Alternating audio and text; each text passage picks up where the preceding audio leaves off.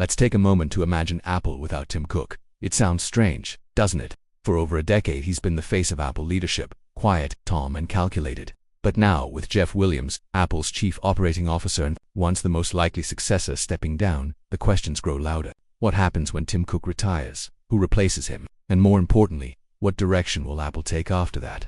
But before we even attempt to answer that, we need to look back. We need to understand who Tim Cook was, what he did, and how his choices shaped the Apple we know today. From Steve Jobs to Tim Cook, a monumental shift. Tim Cook stepped into the spotlight in 2011, following the passing of Steve Jobs.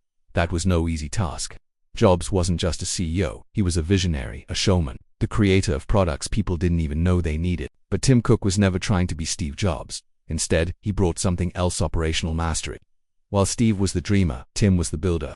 Under his leadership, Apple transformed from an innovation-driven tech company into a well-oiled global machine. At the time Tim took over, Apple's market value was under $400 billion. A little over a decade later, under his careful watch, Apple became the first US company to cross the $3 trillion mark. That's not a small jump, it's historic. How did he do it? Let's break it down. Tim's playbook: scale, strategy, and services. One of Tim's greatest strengths is something people often overlook: consistency. He never aimed to reinvent the wheel every year. Instead, he focused on building a structure that could deliver reliable results at global scale. He championed predictable product cycles, simplified supply chains, and pushed Apple into new categories that built steady momentum over time. Let's look at some of those key moves. The Apple Watch dominating a new market in 2015. Apple entered the wearables game with the Apple Watch. At first it seemed niche, just another accessory, but today, it's the best-selling smartwatch in the world. Year after year, under Cook, wearables became a major revenue stream. The Apple Watch not only added health features like ECG, blood, oxygen tracking, and workout monitoring, but it also expanded Apple's reach into fitness and wellness. This move wasn't flashy, but it was smart, and it worked. AirPods from meme to mainstream. Then came AirPods in 2016. When they were first revealed, people mocked them. They looked like toothbrush heads. But Tim Cook didn't flinch. Fast forward a few years, and AirPods became one of the most iconic best-selling tech accessories ever. They launched the true wireless earbud revolution, and competitors scrambled to catch up. Once again, Tim didn't create the trend. He perfected it and owned it. Apple Silicon, the real power move. But perhaps the boldest decision under Tim Cook's leadership came in 2020 with Apple Silicon. After decades of relying on Intel for Mac chips, Apple made the leap to its own processors, starting with the M1 chip, and it paid off. Macs became faster, cooler, quieter, and more efficient. Reviewers were stunned. Even power users, who were once skeptical, began embracing the Mac again. This wasn't just an upgrade, it was a foundational change that gave Apple control over its entire ecosystem, from hardware to software to silicon, and it made the Mac exciting again. The Vision Pro. A new frontier begins. Then came the Apple Vision Pro in 2024, a headset Apple called the start of spatial computing. It marked the beginning of what could be a whole new category of devices. The jury's still out on how successful it will be. But one thing is clear under Tim Cook: Apple was willing to take big swings when it mattered.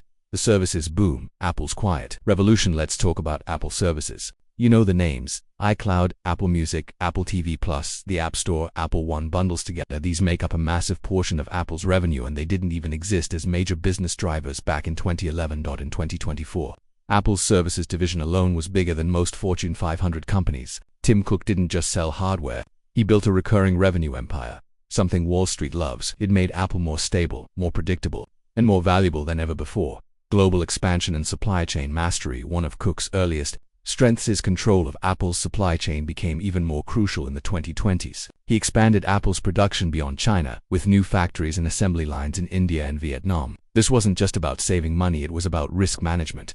Tim understood global politics, he saw supply chain vulnerabilities, and he moved Apple carefully, one step at a time, toward a more diverse manufacturing base. It was the kind of quiet, boring work that doesn't make headlines, but it built Apple's resilience. Environmental goals. Leading with responsibility. Tim Cook also led the charge on environmental responsibility. Under his guidance, Apple committed to becoming carbon neutral by 2013, not just for its own operations, but across its entire supply chain.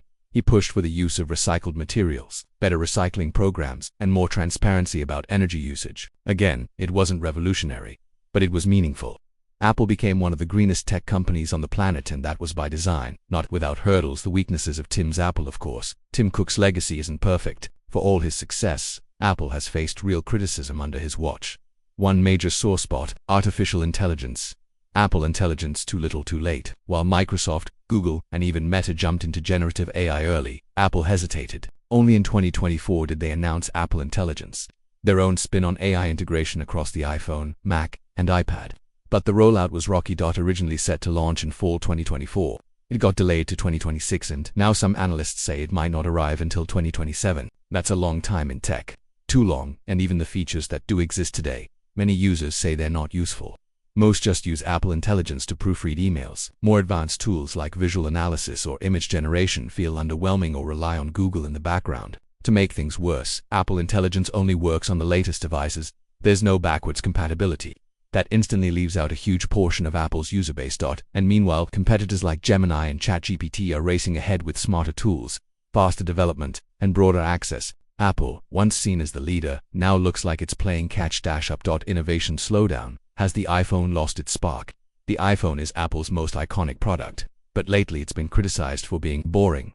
Each new generation brings small, incremental upgrades. The iPhone 16 Pro.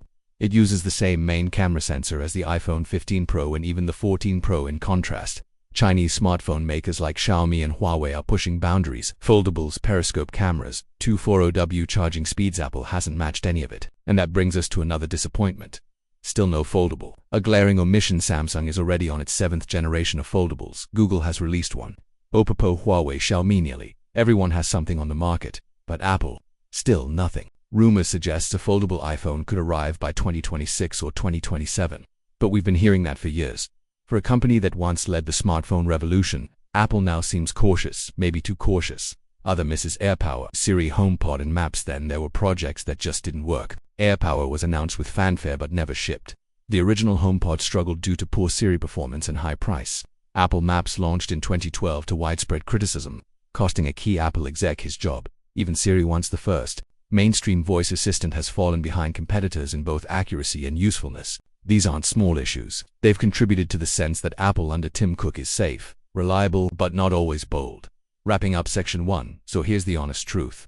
Tim Cook has been a phenomenal operator. He's made Apple bigger, stronger, richer, and more stable than ever. He's expanded the product lines, boosted services, entered new markets, and weathered global economic storms. He hasn't been a showman like Steve Jobs. He hasn't been flashy, but he's been consistent, strategic, disciplined, and undeniably successful. But his Apple hasn't been revolutionary. It's been evolutionary. Now, with Jeff Williams stepping down and AI shaking up the entire industry, the next chapter is near. And the big question becomes, who's next? What kind of CEO does Apple need? In a world shaped by AI, global supply tensions, economic pressure, and the demand for true innovation,